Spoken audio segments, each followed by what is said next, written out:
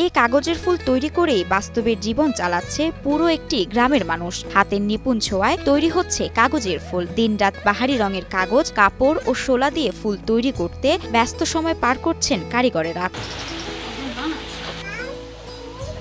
Star, চরকি, মানিকচাঁদ, গোলাপ, সূর্যমুখী, কিরণমালা, জবা, বিস্কুট, গাঁদা সহ বাহারি নাম আর ডিজাইনের ফুল তৈরি করছেন তারা, যেন দেখে মনে হবে এক একটা জীবন্ত ফুল। সূর্যমুখী, মানিকচাঁদ, জবা, গোলাপ, শাপলা, ব্যান্ড, এগুলো সব রঙের ফুল বানাই। লাল, শিকল, যত রকমের সব রঙের ফুল বানাই। আমাদের পয়লা বৈশাখ আছে 3 রাত সীমান্তে আমরা ফুলটা বানাই। শাপলা করি, গোলাপ বানাই, মাথার ব্যান্ড, আবার ফলে ফলা আরেক রকমের গোলাপ বানাই, আবার লোগাকলি বানাই, বিভিন্ন রকমের ফুল বানাই। 14 এপ্রিল বাঙালির প্রাণের উৎসব পহেলা বৈশাখ। এই বৈশাখ উপলক্ষে দেশের বিভিন্ন স্থানে বসবে বৈশাখী মেলা। তবে কাগজের বাহারি ফুল ছাড়া যেন পূর্ণতা পায় না এসব মেলা। পয়লা বৈশাখী করেছে, এই জন্য বাড়ির কাজকামের ভিতর ফুলের কাম করি, তার ভিতর পয়লা বৈশাখী করে আরো ফুলের কাম বেড়ে গেছে। পয়লা বৈশাখী ঘিরে আমাদের এগুলো কাজ, মানে বিভিন্ন মেলায় আমাদের এগুলো ফুল নিয়ে যায়, কিন্তু এখন পয়লা বৈশাখীর জন্য খুব এই কামের চাপ। প্রায় 24 বছর আগে নওগাঁর আত্রাইয়ের জাম গ্রামের 2-3টি পরিবার এই ফুল তৈরির কাজ শুরু করেন। এখন তাদের হাত ধরে পুরো গ্রামের মানুষের প্রধান আয়ের উৎস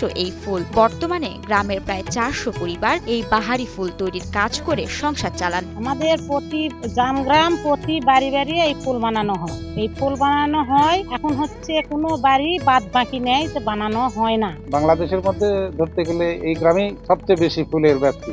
প্রতিটা ঘরে ঘরে আছে, ছোট বড় প্রতিটা ঘরে এই ব্যবসা আছে, এই প্রতিষ্ঠিত ব্যবসা আছে। গ্রামে ঢুকতেই চোখে পড়বে বিভিন্ন স্থানে জটলা বেঁধে কয়েকজন মিলে তৈরি করছেন এই ফুলগুলো। সংসার দেখভাল করার পাশাপাশি গ্রামের নারী, পুরুষ, স্কুল কলেজের শিক্ষার্থীরা ছোট বড় সবাই এই ফুল তৈরির কাজ করে থাকেন। ফুল তৈরির পর দেশের বিভিন্ন স্থানে ফেরি করে বিক্রি করে ব্যবসায়ীরা। আমি লেখাপড়া করি, লেখাপড়ার পাশাপাশি একটু বাবা মাকে হেল্প করি। 20 বছর এনে ফুল বানাচ্ছি। ফুল বানাতে বানাতে বিটিকে বিয়া শাদি 4টা বিটিক বিয়া দিনু, দিতে দিতে এই এখনো একটা আছে বাবা।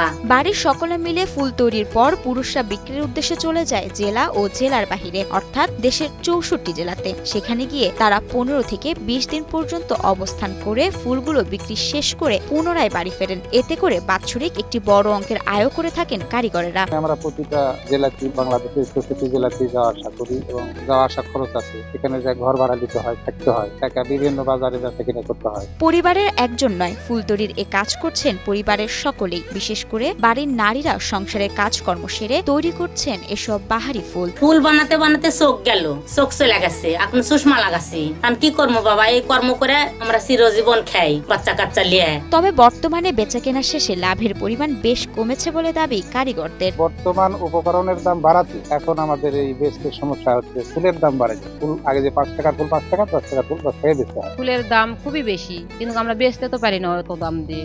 আগে যেরকম দাম 5 টাকা 10 টাকা সেই রকমই আছে।